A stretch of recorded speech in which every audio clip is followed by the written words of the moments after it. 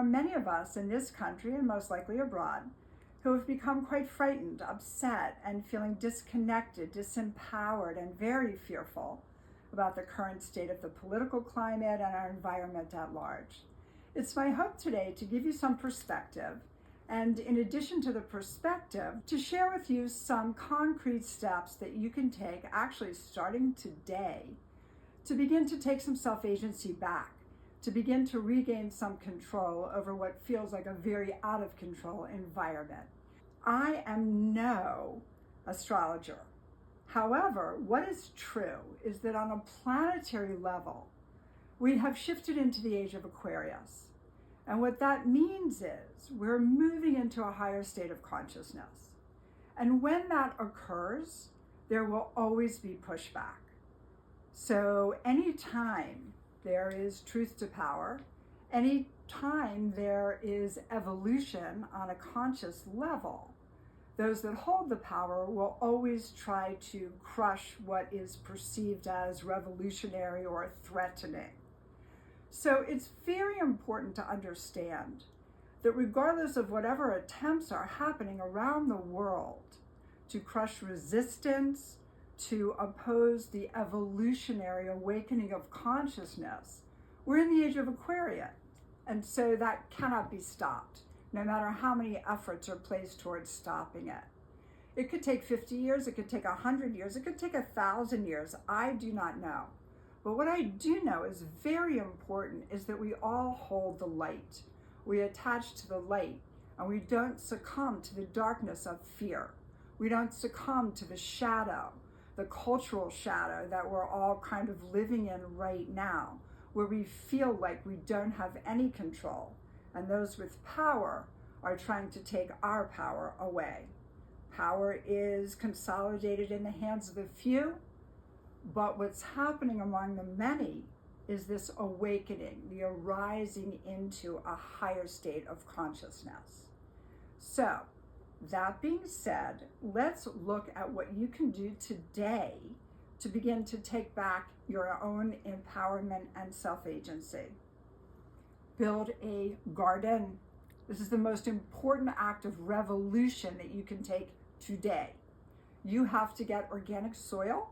You have to use organic or heirloom seeds, and you begin to create a garden. If you do not have land around your home or apartment or wherever it is that you live, then it's up to you to create a raised garden bed on your apartment balcony under a set of grow lights in your living room.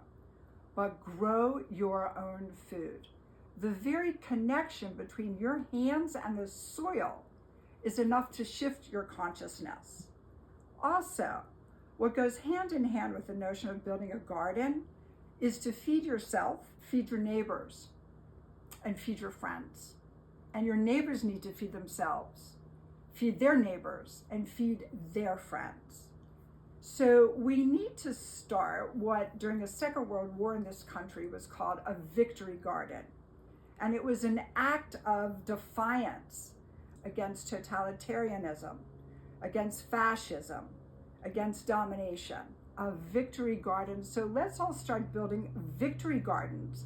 And the victory is to attune to the light and move away from the shadow of fear and disempowerment and lack of control or self-agency. Grow a garden. Also, again, hand in hand with this is the fact that people are addicted to technology. I've never seen anything like it. It blows my mind that every time I walk through an airport, I never see parents reading to their children. I see them putting a video screen in front of their kids. I see people sitting at restaurants or bars or walking by themselves on the beach. I live in Southern California on the beach. And the other day, I took a walk and I saw a little boy following behind his father on the beach, and his father was scrolling on his phone, missing an opportunity to really authentically connect. So technology is a form of dissociation and disconnection for all of us. I myself have not had a television for 35 years at least. I have no technology in my home. I have a laptop computer and I have a cell phone, which I need both of for my business and my connection to my friends and family. But other than that, I do not listen to the news. I do not watch the news. I do not read the newspaper. I do not listen to the radio of news. We'll get to that in a little while. But for now, this idea of growing a garden and connecting to the soil and feeding yourself, it's a holistic experience. It's like the sum total of planting a seed, nourishing what that seed grows into, and then using that to nourish yourself. It empowers you. So I think spending as much time in nature as you can, making real and authentic connections versus staying in isolation with your technology goes a long way to reconnect human to human. This is part of the awakening, which is to connect to each other, to form communities that are strong, not fractured, to connect, to help each other, not to be jealous or dominate or try to get more than the next person. Collaboration is the future. Domination is the past. This is mine is behind us. What is ours is ahead of us. So right here, right now, today, let's grow a garden. Let's feed ourselves, feed our families. Let's connect to our kids. Let's read stories and books. Let's engage and make eye contact. Let's put our cell phones away. Let's turn our phones off. And let's spend some time every day in nature. I used to have a teacher, a brilliant woman whose name was Angela Sarian. And she would spend 1 hour a day in nature. And this was inviolable. She refused to be interrupted. She refused to negotiate that. And she refused to compromise that. The more time you can spend in the natural world, the healthier you are, the healthier your family is and your communities are. So this is step one. And I hope that you all can resonate with this.